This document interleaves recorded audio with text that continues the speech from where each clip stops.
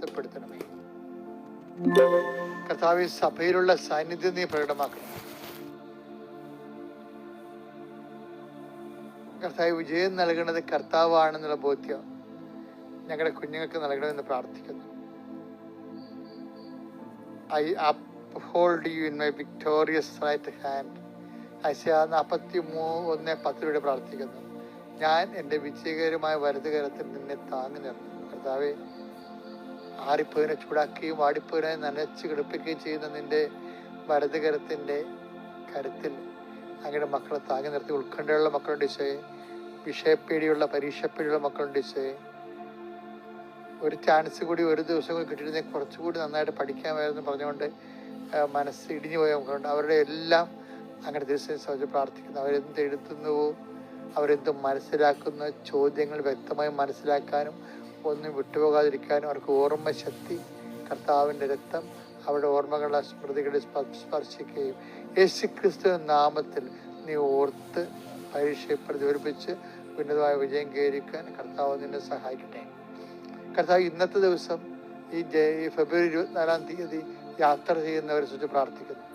ഇന്നത്തെ ദിവസം ഓരോ ഡോക്യുമെൻ്റുകൾ ഒപ്പിടുന്ന സന്ദർഭത്തെ, വിഷയത്തെ, ചർച്ചകളെ സംബന്ധിച്ച് പ്രാർത്ഥിക്കുന്നു. ആശുപത്രിയിൽ പോകുന്നവരുണ്ട് ഈശോയെ, സ്കൂളിൽ പോകുന്നവരുണ്ട്, ഓഫീസിൽ പോകുന്നവരുണ്ട്, തൊഴിലിടങ്ങളിലേക്ക് പോകുന്നവരുണ്ട്.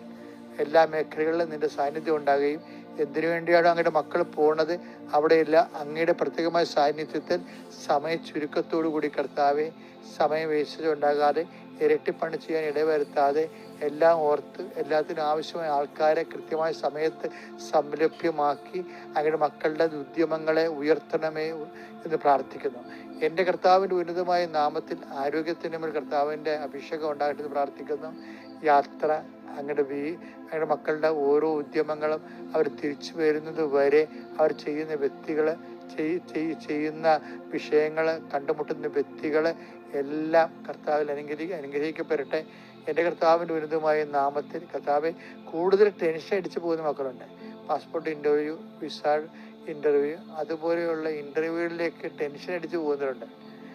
കർത്താവ്, കണ്ണുനീരോടെയാണ് അവർ പോണത്. അവർ ജയഘോഷത്തോടെ കൊറ്റയുമായിട്ട് സങ്കീർത്തനെ പോലെ തിരിച്ചെത്താൻ അവരെ നീ അനുഗ്രഹിക്കണം പ്രാർത്ഥിക്കുന്നു. എൻ്റെ കർത്താവിൻ്റെ ഉന്നതമായ നാമത്തിൽ സഭയുടെ അധികാരത്തിൽ കുരിശിൻ്റെ